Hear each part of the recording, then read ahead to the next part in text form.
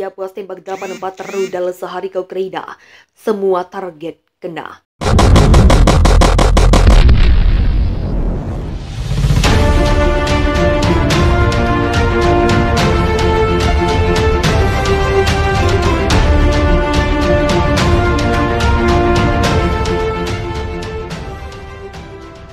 Rusia puas usai menembakkan 84 rudal ke Ukraina dalam sehari, Senin 10 Oktober.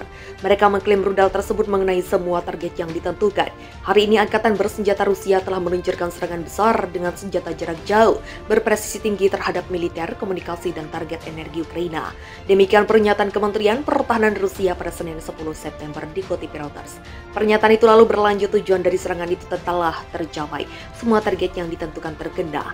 Serangan Rusia baru-baru ini dianggap sebagai salah satu serangan terbesar yang dikoordinasikan untuk melawan Ukraina. Pihak Ukraina melaporkan Rusia menembakkan lebih dari 84 rudal di 8 wilayah negara itu. Murka, Kiev kemudian menyebut Rusia sebagai negara teroris dalam pertemuan darurat Majelis Umum Perserikatan Bangsa-Bangsa. Namun serangan ini mendapatkan respons positif dari pejabat pro-Moskow, salah satunya pemimpin CSN, Ramzan Kadyrov, yang mengaku 100% puas dengan serangan Rusia di Ukraina. Serangan ini sendiri terjadi usai Presiden Vladimir Putin mengatakan bakal membalas Ukraina karena menyerang jembatan Kars yang menghubungkan Rusia ke Crimea. Sementara itu Ukraina bergembira atas pengeboman itu, tapi tak mengklaim bertanggung jawab. Jembatan ini merupakan salah satu properti penting bagi Rusia karena menjadi jalur untuk memasok keperluan pasukan mereka di Ukraina. Selain itu, jembatan ini juga dianggap sebagai lambang kegagahan Rusia yang mencaplok Crimea pada 2014 lalu. Seorang pejabat Ukraina Sabtu 8 Oktober mengatakan tembakan Rusia menghantam bangunan tempat tinggal di Zaporizhia, menewaskan sedikitnya 2 orang. Oleksandr Staruks, Gubernur Zaporizhia, mengunggah di Telegram bahwa 5 lainnya terperangkap dalam puing-puing setelah serangan itu. Ukraina menguasai kota itu, tetapi wilayah Zaporizhia sebagian besar diduduki oleh Rusia. Presiden Rusia Vladimir Putin menandatangani undang-undang pada Rabu yang menyatakan Rusia mencaplok Zaporizhia dan 3 wilayah lainnya. Langkah itu dikecam Ukraina dan mitra baratnya serta PBB sebagai pelanggaran hukum internasional. Zaporizhia adalah rumah bagi pembangkit listrik tenaga nuklir terbesar di Eropa. Penembakan di daerah itu dalam beberapa bulan ini menimbulkan kekhawatiran internasional akan bencana nuklir. Rafael Grossi, Kepala Badan Energi Atom PBB, akan mengunjungi Kiev dan Moskow pekan ini. Untuk apa yang dia katakan akan menjadi pertemuan penting. Dia mengatakan pada Rabu bahwa kebutuhan akan zona pelindung di sekitar pembangkit listrik itu kini lebih mendesak daripada sebelumnya. Presiden Ukraina Volodymyr Zelensky dalam pidato malamnya pada Rabu mengatakan bahwa pasukannya telah merebut kembali Novovoskirishensky, Novorihorivka, dan Petropavlivka, 3 desa di wilayah Kherson yang juga dicaplok Rusia. Kepala Badan Pembangunan Internasional Amerika Samantha Power Sabtu 8 Oktober tiba di Kiev untuk apa yang dikatakan badan itu sebagai kunjungan untuk bertemu pejabat pemerintah, petani, jurnalis, pengusaha, dan pekerja energi untuk membahas cara membantu rakyat Ukraina secara lebih efektif.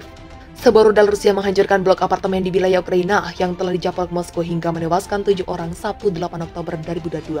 Serangan rudal di kota Zaporizhia di wilayah selatan dengan nama yang sama membuat beberapa orang terkubur di bawah puing-puing, kata gubernur regional.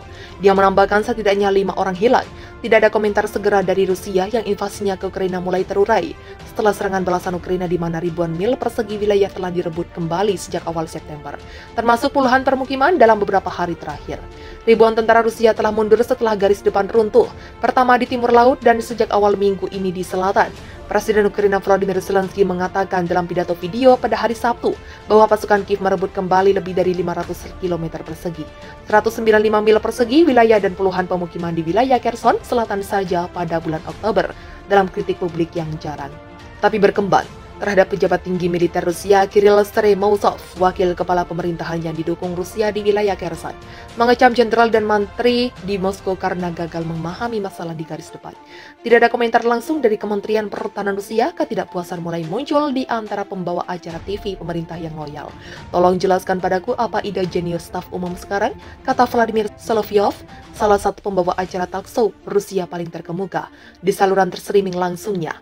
Gambar-gambar setelah serangan rudal hari Kamis menunjukkan lubang manganga yang dipenuhi puing-puing di mana sebuah blok apartemen 5 lantai dulu berdiri di sebelah toko anggur. Wartawan Reuters melihat petugas pemadam kebakaran membawa ayah dan anak menuruni tangga dan berbicara dengan seorang pria tua yang masih terperangkap di bawah puing-puing. Edward, seorang pria berusia 49 tahun yang selamat dari serangan itu, mengatakan dia terbangun sekitar pukul 5 pagi oleh ledakan kuat. Kamar dipenuhi asap dan debu. Saya melompat untuk melihat apa yang terjadi, katanya. Gubernur Regional Starux mengatakan kru darurat telah menyelamatkan 21 orang. Dia sebelumnya menyebutkan jumlah korban cedera 12 orang, termasuk seorang anak berusia 3 tahun. Dalam pidato online di Forum Kerjasama Keamanan dan Energi Baru Komunitas Politik Eropa, Zelensky menuduh Rusia sengaja menargetkan tempat yang sama 2 kali berturut-turut. Di Zaporizhia, setelah serangan roket pertama hari ini, ketika orang-orang datang untuk membongkar puing-puing, Rusia melakukan serangan roket kedua ke kekejaman mutlak. Kejahatan mutlak, Moskow mengatakan tidak sengaja menargetkan warga sipil. Dalam sambutannya kepada Lowley Institute Australia, Zelensky mengatakan NATO harus meluncurkan serangan pencegahan ke Rusia untuk mencegah penggunaan senjata nuklirnya. Juru bicara Kremlin Dmitry Peskov mengecam komentar itu sebagai seruan untuk memulai perang dunia lain dengan konsekuensi mengerikan yang tidak dapat diprediksi. Menurut kantor berita RIA, serangan rudal Zaporizhia terjadi sehari setelah Putin menandatangani undang-undang untuk memasukkan 4 wilayah Ukraina yang diduduki sebagian ke Rusia, termasuk Zaporizhia, dalam upaya pencaplokan terbesar di Eropa sejak Perang Dunia Kedua. Kiev menyebut undang-undang baru itu sebagai rumah gila kolektif. Rusia bergerak untuk mencaplok wilayah tersebut setelah mengadakan apa yang disebutnya referendum yang dikecam oleh Kiev dan pemerintah barat sebagai ilegal dan memaksa. Di wilayah Kharkiv di timur laut, seorang jenderal Ukraina mengatakan pada hari Kamis bahwa pasukan Kiev telah maju hingga sekitar 55 km selama 2 minggu terakhir. Di wilayah Donetsk Timur, staf umum Ukraina mengatakan pasukan Rusia meledakkan sebuah bendungan di dekat kota Sloviansk saat mereka mundur membanjiri kota terdekat Raihorodok. Pasukan Rusia bertahan di sekitar kota Bakhmut yang babak belur di dekatnya. Roket meledakkan satu blok flight yang menewaskan sedikitnya 3 orang di kota Zaporizhia yang dikuasai Ukraina. Petugas penyelamat bergegas ke tempat kejadian sebelum serangan artileri kedua menghujani dengan taktik yang dikenal sebagai serangan ketuk ganda, tulis The Sun 8 Oktober 2022.